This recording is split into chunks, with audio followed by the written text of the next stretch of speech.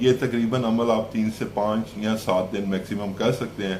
اور اس کے علاوہ جب آپ کا یہ 3 5 7 دن کا پروسیس ختم ہو جائے گا تو آپ نے سیب کے جوس میں ایک لیمن ڈال کے روزانہ پی لیا کرنا ہے 1 ہفتے کے لیے.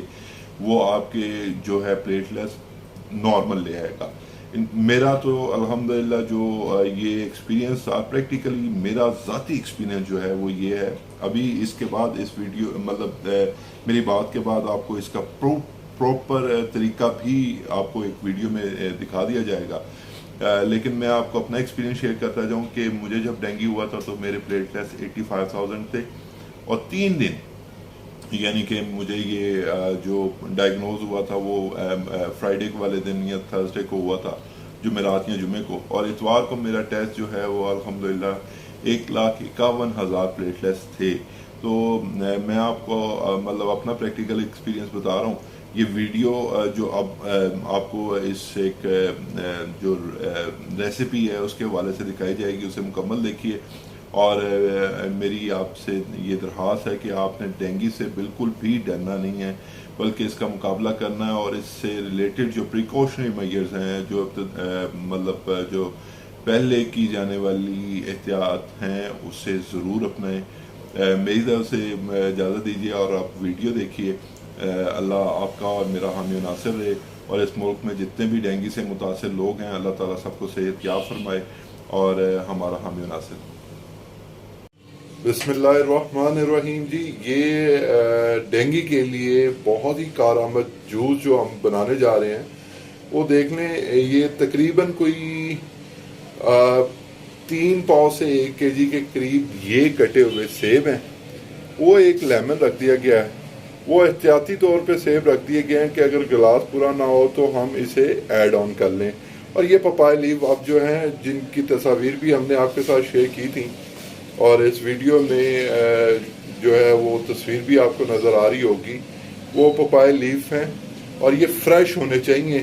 کسی بھی طریقے سے یہ لیف جو ہیں وہ باسی پرانے داغدار کیڑوں کے شکار نہیں ہونے چاہیے. اب یہ انہیں کاٹیں گے جی, یہ جیسے یہ کاٹ لیں گے ہم, اس کے بعد پھر ہم اس کا کیسے جوس بنانا ہے اور اس میں کیا کیا چیزوں کو کنسیڈر کرنا ہے وہ سب آپ کو بتاتے ہیں. جی جناب, یہ پاپایا لیف تقریباً آپ نے 1.5 یا 2 ٹہنیاں لینی ہیں. یہ 1.5-2 ٹہنیاں کٹ کے اتنی سی بنیں گی. اور اب ہم جو ہے اسے باقاعدہ طور پہ شروع کر رہے ہیں اللہ کا نام لے کے سیب کا جوس نکالنا. یہ سیب آپ دیکھ رہے ہیں, یہ سارے سیب جو ہیں ہم اس میں ڈال دیں گے تاکہ ان کے جوسز بن جائیں, اور اس کے بعد پھر میں آپ کو بتاتا ہوں کیا کرنا ہے. جی جناب, یہ ہمارا جو سیب کا جوس ہے وہ ریڈی ہے. پپایا لیف بھی ریڈی ہے اور یہ لیمن بھی ریڈی ہے. اب ہم کریں گے کیا کہ یہ سارا کچھ مکسچر جو ہے ڈال دیں گے ہم اس میں جگ میں جہاں پہ یہ گرینڈ ہوگا. پپایا لیف مطلب پپیتے کے پتے, ٹھیک ہے, اور گرینڈ جیسے ہی ہوگا اور پھر وہ پینے کے قابل ہو جائے گا. یہ اب دیکھتے ہیں جی اگلا پروسیس کیا ہے. جی کریے جی پلیز.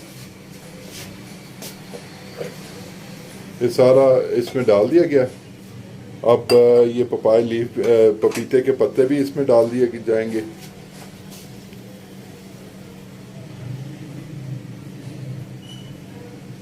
اس میں لیمو بھی ڈال دیا جائے گا. لیمو بعد میں ڈالا جائے گا جی. ابھی پہلے اس کا رس نکال لیا جائے گا.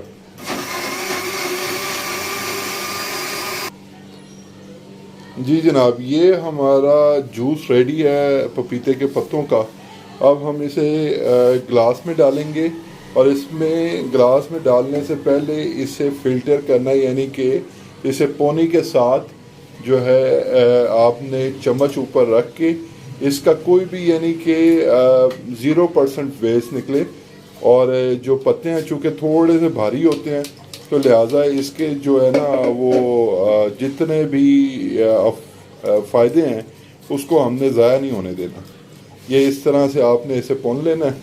پون کے اچھی طرح سے اسے جگ کو مطلب اس میں ڈال دینا گلاس میں. کوشش کرنی ہے آپ نے معمول میں یہ چیزیں لے آئیں کہ اسٹیل کے گلاسز میں پانی، دودھ اور جو بھی لیکوڈ کی اشیاء ہیں، جو بھی کچھ ہیں، وہ آپ جوسز وغیرہ اسٹیل کے گلاسز میں پئیں۔ پلاسٹک کے گلاسوں میں اس لیے نہیں پینا اچھا کیونکہ پلاسٹک میں اپنی طرح طرح کی جو ہے وہ کمپلیکیشنز ہیں۔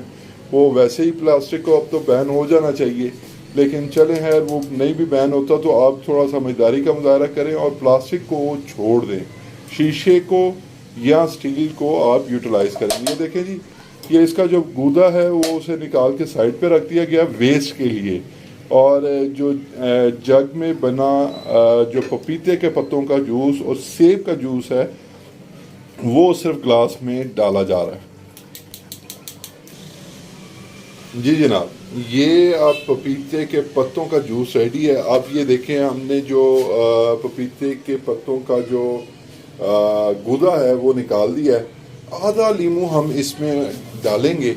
آدھا لیمو جب ڈالیں گے تو اس میں چونکہ ڈاکٹرز کہتے ہیں کہ یہ لیمن بھی ڈال لینا چاہیے، چاہے ڈینگی کے دوران، چاہے وہ آپ کا سیب کا جوس ہو یا یہ پپیتے کے رس کا مطلب پتوں کے رس کا جوس ہو، تو آپ نے یہ ڈال لینا بیچ میں، ٹھیک ہے۔ لیکن اس میں یہ جو لوگ گلے کی الرجی کا شکار ہیں انہیں ذرا تھوڑی سی احتیاط برتنی ہے، پورا لیمو نہیں ڈالنا، اور انہوں نے آدھا لیمو ڈالیں تاکہ اس میں اس کی مکمل جو ہے غذائیت شامل ہو جائے۔